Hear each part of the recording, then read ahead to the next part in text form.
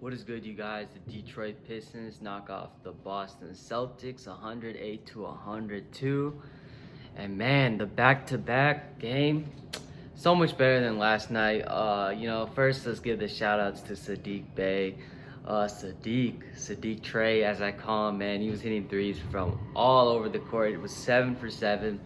And what was even more impressive to me was like he would come off the bench, right? He'd come off fresh off the bench and then still be hitting threes. I mean, we saw flashes of his aggressiveness. He was getting to the paint a little bit. He was rebounding the ball, and man, it is crazy. It is crazy. I'm very impressed with Sadiq.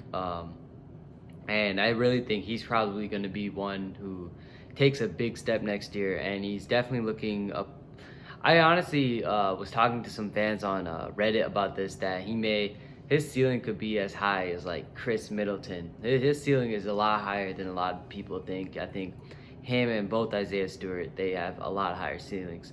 Speaking of Isaiah Stewart, he had a pretty good game. Not really much on the stats, but like his defense, his perimeter defense is underrated. I think a lot of times when a point guard or guard gets a switch, or even a forward gets a switch on a center, they're like, oh, here we go, it's gonna be a nice easy basket. But it ain't no easy basket when Isaiah Stewart's playing defense. My man's he was clamping Jaylen Brown, especially on one possession. I remember he was on Brown, but the Pistons got kind of lazy and Tice got a rebound and finished it. That's besides the point. Isaiah Stewart played a great game. Some other people, Jeremy Grant, tough game. I think he's like adjusting to becoming an actual #1 option. Now the teams are kind of doubling him. They're figuring him out.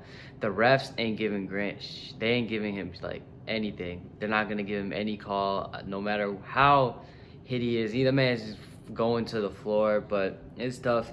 He does take quite a few mid-range jumpers, so that's something which, like, I think, me personally, I wouldn't want him to take that. I either want to see him driving, shooting threes, and maybe a little bit shooting the mid-range. Like we saw against Brooklyn. Brooklyn was a nice mix of driving.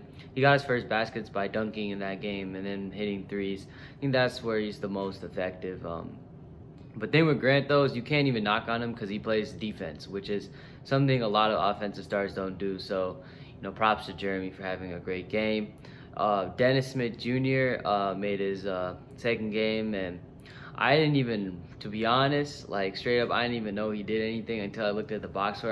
When I watched the game, and you probably could tell he didn't really do much. He's a little bit slow on defense, and apparently he had 5 assists. I was looking at the box score, and Dennis Smith Jr. had 5 assists. If anyone can tell me where they were, maybe I just wasn't paying attention enough, but yeah, I don't know. He looks like I don't know if he has athleticism in him, but he doesn't look as like quick as I thought he would be. Maybe I don't know if he had an injury or not. He may have been injured, so that's why his athleticism is not as much. But yeah, he doesn't look as quick as I thought he could be. But if athleticism there, man, when he gets off the pick and roll, I just want to see Dennis just drive and just go to the hole and finish. And even if he missed the layup, I'd rather see that than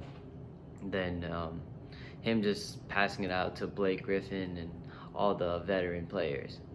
Blake Griffin, on the other end, so it's a mixed performance for him. He did get lazy in the fourth quarter on defense, but for a back-to-back, man, like props to him. He played pretty well. He drew a lot of I believe 3 or 4 charges in that game. He was hitting threes.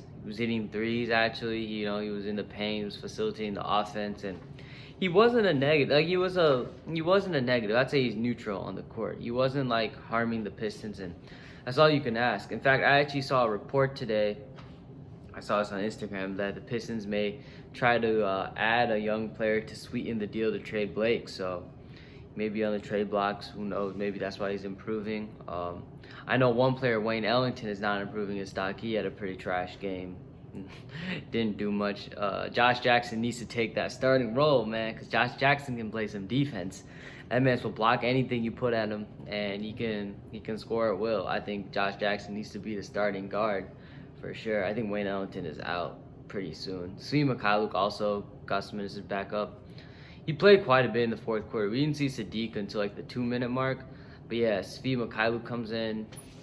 He hit a 3. He hit a nice layup, but him, man, it's just the inconsistency with the shot selection, and I don't know. I think I have a feeling that he may get traded. I don't think he'll last past the trade deadline. I think when the Pistons mentioned their young players who they want to trade, I think Steve Mikhailuk unfortunately is going to be in that. But and in the meanwhile, he's got to keep balling. DeLon Wright was balling. I mean, we just shut down the Celtics on all facets of the game. Shout out to Semi Aluje. I don't know how to say his name. He played pretty well for the Celtics.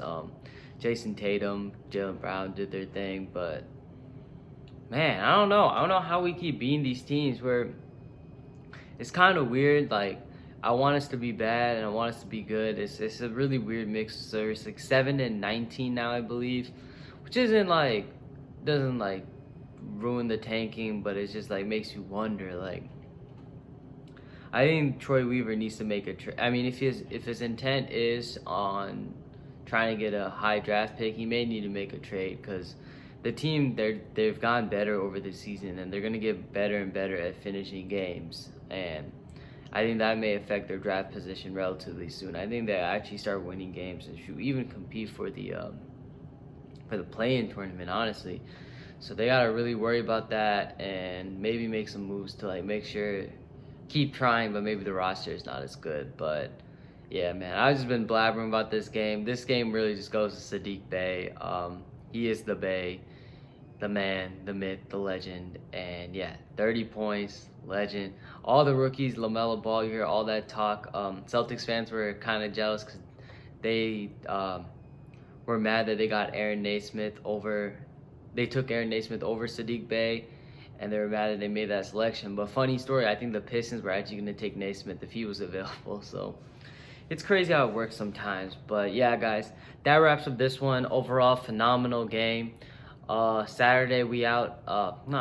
Saturday we're not playing. Sunday we're out here. We're taking the Pelicans and Zion. So we'll see how that goes. Hopefully we can get our centers back because SADDIQ didn't play, neither did Mason. So the center position was kind of at flux, but we managed it well. So yeah, guys, that wraps up this game. I'll see you guys on Sunday. Take care, guys, and enjoy your night. Peace.